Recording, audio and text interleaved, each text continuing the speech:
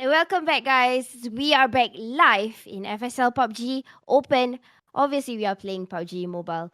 And right now, I'm with Toast Talks and I am Sis Jenny. We are going to go and tell you what happened in the first match. Let's take a look in the scoreboard. Take it all, Toast.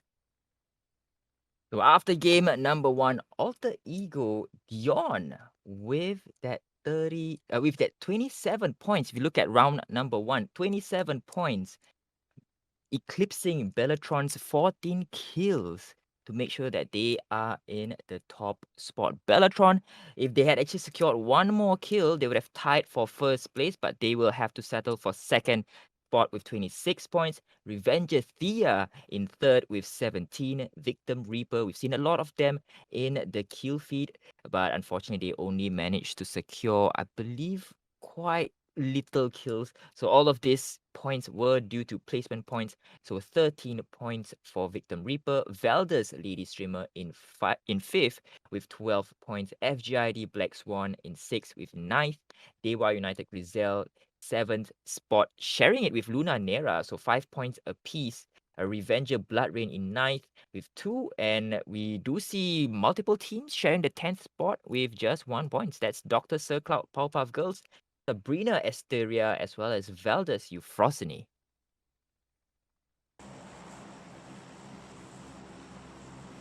So we're just gonna jump in to Sandhawk for the second map of the day. And Sis Jenny, I have to point out, Sandhawk is where Onik as well as Shalalu Gaming, Shalalu Senora, did very well in their respective group stages, and it was the be-all end-all game for them to ensure that they made it to today, right, to the top 16. So this could be their spot to shine, to make it up in it to the top of the leaderboard. And second to that, true enough, they kind of made it out because of Sandhawk yesterday. Before I jump into what I wanted to say, take a look at the circle. Again, it's similarly to yesterday's effect, moving on towards the west side of, we can say northwest of the region currently.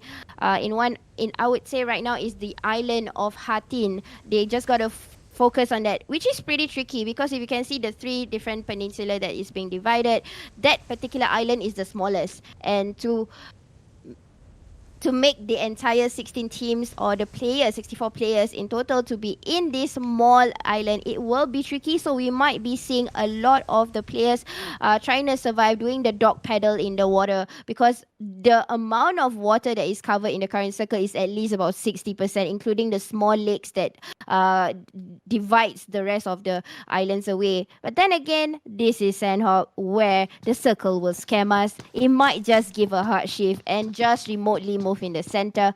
We are just going to see what will happen on today's Sandhawk. Now, all the teams are again comfortably moving into their respective areas. They are dropping areas, but I'm hearing some gunshots here already. Not sure which team that is, but now we are looking into Dion. Who kind of did not do quite well in Sandhawk yesterday. Probably this is a place, some of the tacticality that is being used for the teams that especially they can kill very well. In Sandhawk, they tend to play it passive. Why?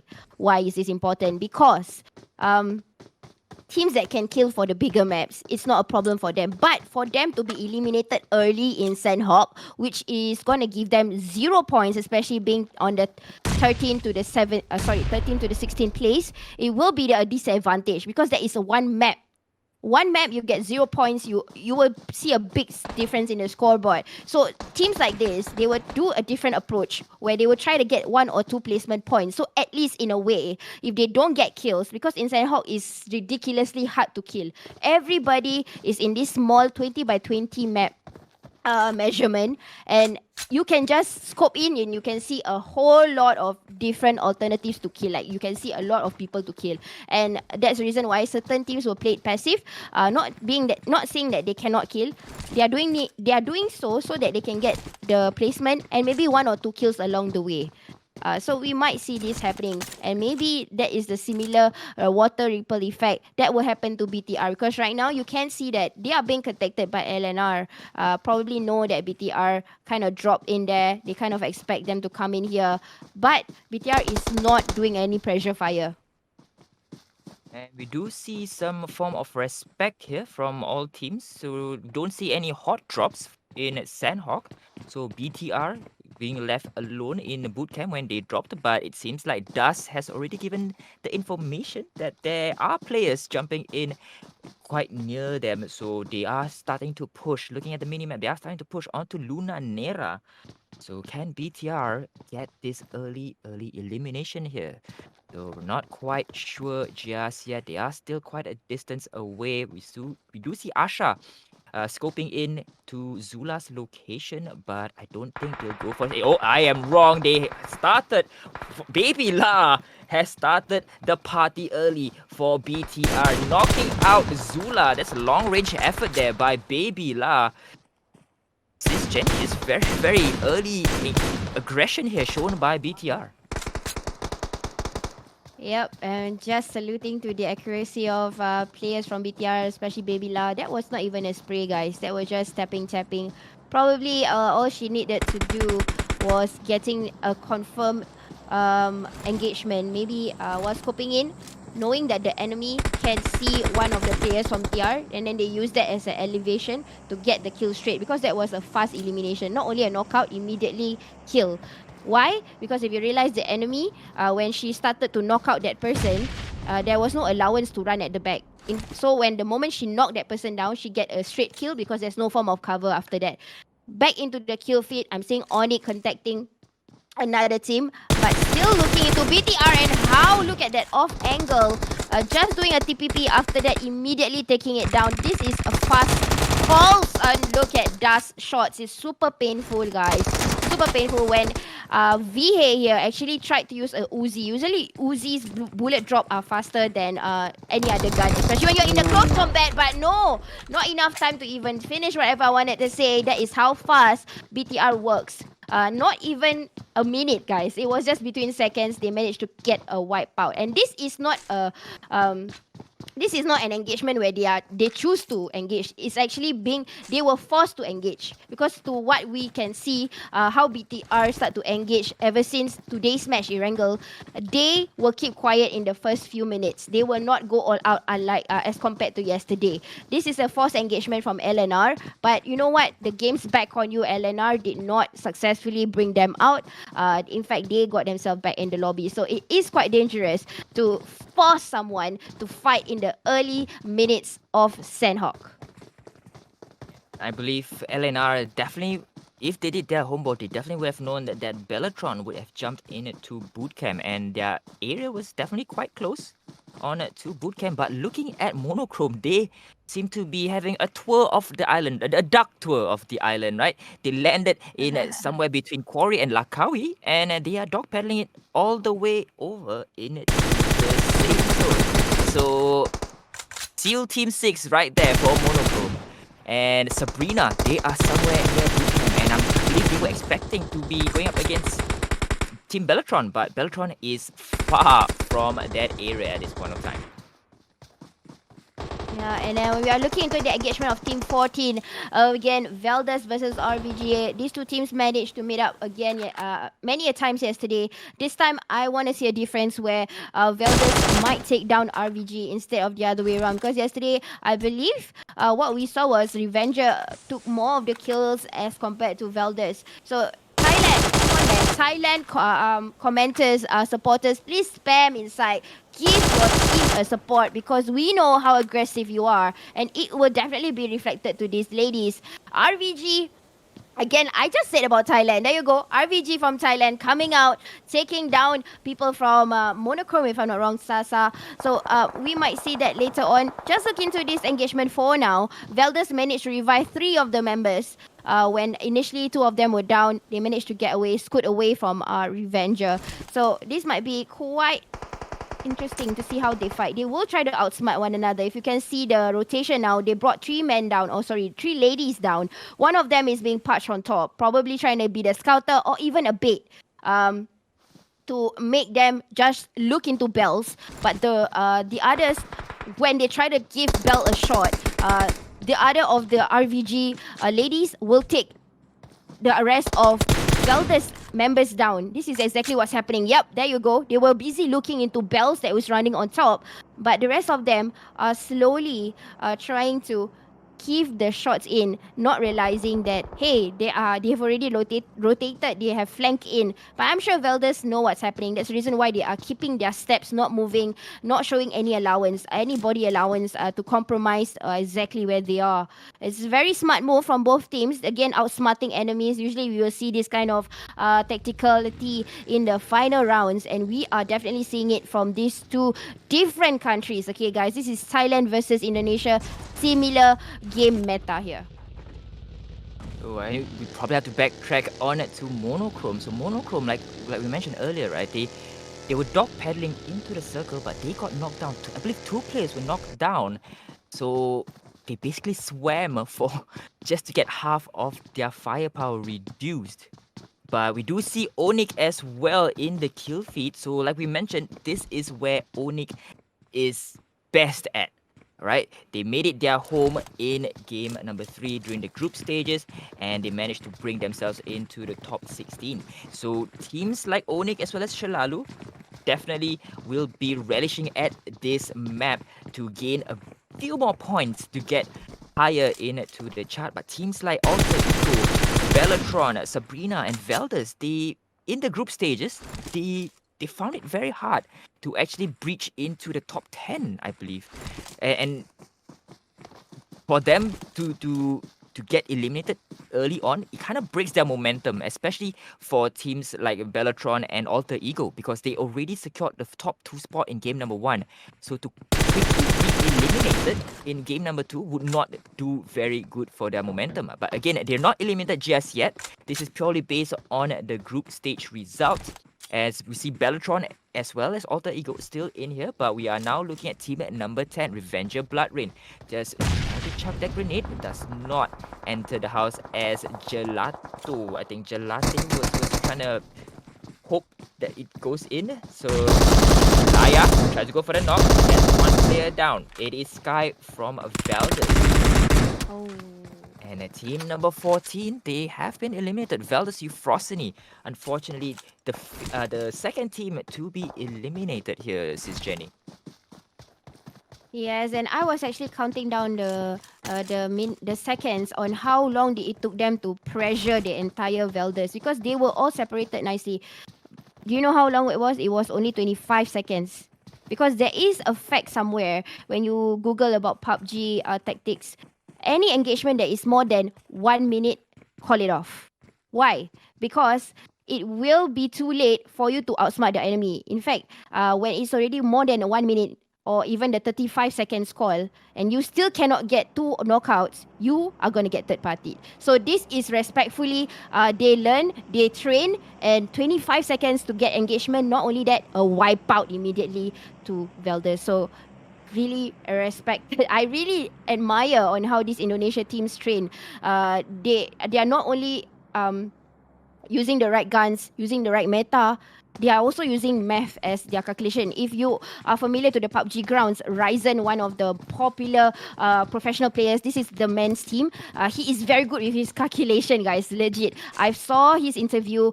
He will analyze issues like, for example, he will say things like, okay, I can hear the sound about 30 meters, and that will be 60 footsteps. I'm like, bro, that is like mathematician in PUBG. Like, how in the world you do that? But that is what I meant by professional teams, guys. They are able to analyze to that small little detail. Like I would say, Toast, you are like 20 steps away from me, your voice. Like, bro. And they really need quick thinking, right?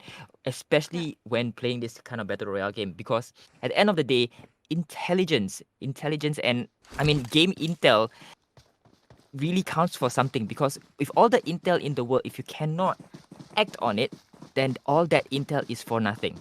So very quick thinking definitely much needed in games like this, as we do see here Dr. Sir Cloud seems like they want to enter into this compound, but Dewa United, I believe they do get that sense that someone is in this compound, and they want to go for that raid, but they can't jump in because the rest of the teams are just too far away. And looking at Dewa United, they're very, very concentrated in one small area. So if Put jumps on into this compound, it would just be a disadvantage to Dr. Sir Cloud.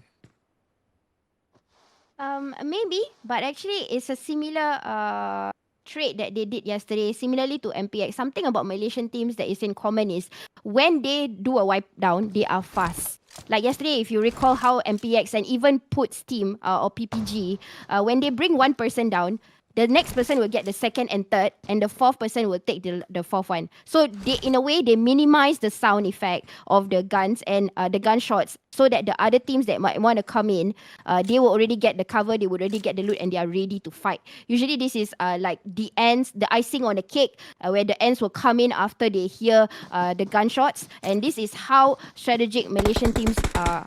Usually, how they take down the enemies, they are fast at it, and that's the reason why they are deploying just now. They are waiting for one person to give the allowance, and the second person will say, "Hey, I can shoot this person also." Okay, 2 down, 3 down, 4 down, finish.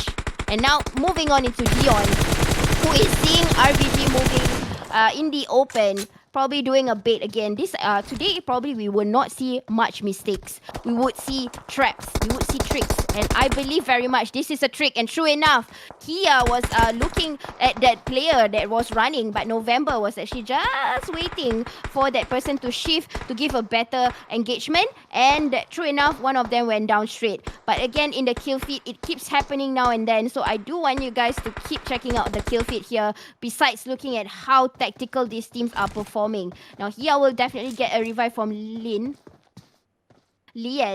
Lian. But RVG is still standing strong. Probably just one knockout. They still can do with 3 guys. I mean, 3 ladies. I'm so sorry. Keep on saying guys. With 3 ladies on board, even though one is being sacrificed here, because it is only natural that they are using that as a bait.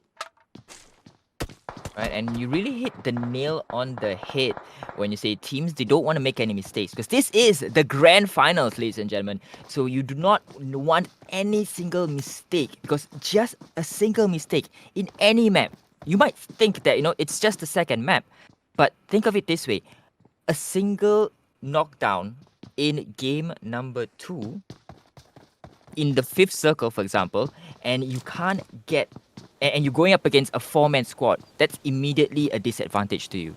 You probably already lose 3 points in terms of placement, and if you don't have that much kills, it would severely put you at a disadvantage in the final standings. So these things, they definitely will come back to haunt you in the later rounds, and of course in the overall standing. So you do not want to make any of this mistake. Every bullet fired and every bullet received will definitely have consequences down the line. Yikes. Okay, I'm sorry, but I have been paying attention to what PPG and Dewa and also Shalalu, how are they coming in. So Shalalu wanted to be a third party, but they should have engaged a little bit better in that sense. They were coming in. Bunny saw a potential kill there, tried to take one, which I think they did get one secure kill, but the entire team was not safe yet to come in. So this might be not a good sign again for Shalalu, because all of them are not in the blue zone and it's the third circle. Yes, it's not that painful, but you are so-called using up your first aids already in the early part of the circle, but it's still survival. It's still doable. Hopefully Shalalu will find a way to rotate in, because right now entry points are almost close on where they are on the west side. But again, I was looking into the minimap. I was looking into VTM, Victim Reapers formation. They were on top of the summit of Sandhawks Mountain, and they were gatekeeping all section, the northwest. Hopefully Observer will get to open again the map, and I can see that, yep, there you go, VTM, Pinky, Xena, Roses. Look at how they are guarding their entry and exit point. This is what I mean by they are going to be the gatekeepers. They will disturb everybody's fight from here. So this is going to be disadvantage for any teams to fight, because at any point of time they are focused onto one person. VTM will come in to get the kill still. This is smart thinking, guys. This is smart thinking. But also to point out, right, because they are segregated, and I agree with this formation, they'll definitely be able to take out players moving in. But what happens? What happens when the players are already in and they are rushing to this specific spot? They'll be caught out 1 to 4 players. The ratio is not in their favor if they are not moving. If they don't move after all these teams has started to congregate into that circle. So yes, they can do this defending of the circle, but it might fall apart if team starts rushing in and they're caught out of position. Yes, agreed with that. But probably some of the teams when they do this, but you know what? In the kill feed, PPG did not successfully get in because being third party again, the engagement probably was a bit too long for them to stalk. Again, it was a smart thinking initially, but got backfire. If you realize in the kill feed, PPG was being killed by a few teams and not just Dewa. Initially, they were just targeting Dewa, and then Shelalu came in, and then even Veldus came in. So to back up with what was mentioned earlier, victim. Yes, it will be a problem for them, but the main target right now is to get kills. That's the reason why we are seeing VTM. There you go. VTM is up there killing. Kill points. If you can get a good number, it's okay not to get a chicken because you can terminate all the players and that is number. Even if they were to die, not get a chicken, by then they would already get. There you go. 3 kills already just by being up here. And not only that, they managed to bring down players from BTR. So this is good thinking to eliminate first. Probably maybe the fifth or the sixth circle, they will start to form in. They will not be stationed onto these areas because it is quite risky for them to be spread out exactly to whatever Toast just said earlier. Totally agree with that. So even though VTM is at this high point advantage, right, we did see Team Sabrina quickly rush in and they are in the blind spot for Team VTR, Victim Reapers now. So even though they had the high ground advantage, the moment teams are very close to that rock formation, VTM, they can't see them anymore. As you can see, they are starting to congregate to each other slowly but surely because the safe zone has started to shift. And we do see, unfortunately, Shalalu Bunny already getting eliminated by the safe zone. So only 2 players remaining from Shalalu Senora as we see Team Monochrome. They are still outside of the safe zone. I think with that 12 first aid kit, they might want to start moving in or at the very least wait until the rest of the teams has been eliminated before they start playing that medic game, right? Where they are going to be outside of the safe zone and just continuously to try to heal themselves up and hope that it was enough before they get that chicken dinner. But we do see them still being very aggressive there. Oh, unfortunately for Sabrina, they get taken out by VTM, Victim Reaper. So they are still holding on to that angle. And very, very unfortunate for Sabrina. I believe they thought they were already safe. But when they start to move on in, Victim Reapers were saying, not in my grounds. You will get sniped out. And that's what they did. Nice, beautiful way to put it, and I agreed with victim and how they are doing it. Exactly what we expected when they were trying to anchor the kill points, and it is happening for them. Not only they getting the kills from different teams, and it's a bit difficult for BTR to move in because Roses is anchoring on Potato right now. And then there's someone that is right on top from victim also, but that's a beautiful shot from the lower ground to the high vantage point. Not easy, guys, to control the recoil and get the bullets within that range, guys. That's beautiful. But you know what? BTR now only 1% alive. It's totally working out. It's worth the sacrifice of the victim Reaper Roses, even though it's just a knockout night. You know what? Onyx, the one that Toast was mentioning earlier, this might be their map. This is where they execute very well. And true enough, with the good kill points, still in the good kill points, 5 kill points. Now, the trouble is the zone is going towards the summit of Hartin's. Wait, is this Hartin? Yeah, Hartin's or Camp Charlie's mountains. It will be a bit difficult for a team to escalate up. They have to find find a way to get in, knowing that Victim might be the one that is guarding on top. I got a feeling this might be a chicken dinner for Victim, but for the kill points for certain teams, it might not be as much. You know why? Because a few of the players, if you realize, some of the teams, they don't want to give the kill. So they know they cannot get in the play zone. They do whatever killing they can, then they die in the play zone. Similarly to what Shlalu did to herself, which is Bunny. She did not want to get killed. She just died in the play zone, even though the placement point was not as awesome, but not giving any kills to any team. So that is also a strategical thinking for teams to sacrifice themselves in the blue zone. I totally have to agree with that, because by doing that, you devoid your opponents from actually securing more points. Right? As you see, Pinky unfortunately goes down. Surprise, surprise. There was one player still quite close, and that was BTR, right? Jumping in, using Monochrome as bait to take down Pinky. But the thing is, Potato did not kill him. So a knockdown is just a knockdown. No points for Potato there. But that was a good surprise, though. That was a good surprise. It's like, hello, shoot, shoot, bang, bang, and Potato finally gets eliminated. But right after 9 kills, so BTR 9 points already. We are down to just 4 teams, 3 teams, 8 players still remaining. Onyx 2 members down, 1 player sent back into the lobby. Mute, the only sole survivor, the only island that is Mute, will try to clutch it in for the rest of Team Onyx. He's trying to go for the pickup on to one of the fallen players. So definitely at this point of time, you need as much people, as much bodies up as possible so that you can play on that man advantage, right? They are going up against team number 16, Victim Reapers. One player, I think, is already being knocked down by Team Onyx. It is Mute, and it's very, very low. He tries to go for this push onto Victim Reaper, and I am not sure who is the final person there, and it is Victim Reaper securing that chicken dinner with an amazing 16 kills, this Jenny. While Onyx comes in second place, they redeemed themselves yet again in Sandhawk in second with 5 kills. RVG in third with 2 kills. Monochrome, they lasted all the way up until fourth with 7th. BTR in 5th with 9 kills. FGID in 6th with no kills so far. Veldus in 7th with 3. Sabrina in 8th, still looking for that first frag. Alter Ego in 9th with only 2. DMS 13 in 10th, again with no kills. So a lot of teams with no kills here. Shalalu Senora in 11th with 3. Dr. Sir Cloud in 12th, again no kills. RVG 13th with 4. Dewa United in 14th with 2. Valdez in 15th with no kills. And of course, Luna Nera in the base of game number 2.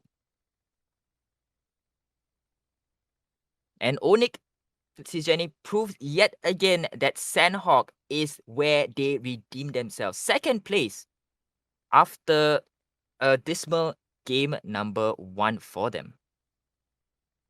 Yep, and I wanted to actually look into RVG Ploya, that player. She was playing the healing game right outside. Because of the first hit that RVG collected, managed to clutch into the third position. There was smart thinking also. And Victim Reaper, as predicted, being the anchor points on top, managed to get random kills, kill steals, unexpected, amount of kills that they got. It's not by engaging, but just being on top as the anchor man to go and shoot whoever that is coming in, or having a or having a fight on their own, and they're like, I can see you. The only team that got a lot of kills was actually Victim Reaper, and because of that anchor point, closing the entry and the exit points, smart, and they know when exactly to move in. They were sacrificing a bit of ladies there. One of them go one by one went down, but the important thing is they put up the fraggers in the correct position because they were fast to eliminate. They make it a bit of a problem for even BTR to get more than 10 kills this round. So it is really very well executed. Kudos, hats off to Victim Reaper for winning this round. They know they will be the winners, hence that's the reason why they took that spot. They trained that area before many a times and they executed it well this time. Alright, so that was the end of game number 2. We're going to jump in to Miramar right after this short break. The results coming next.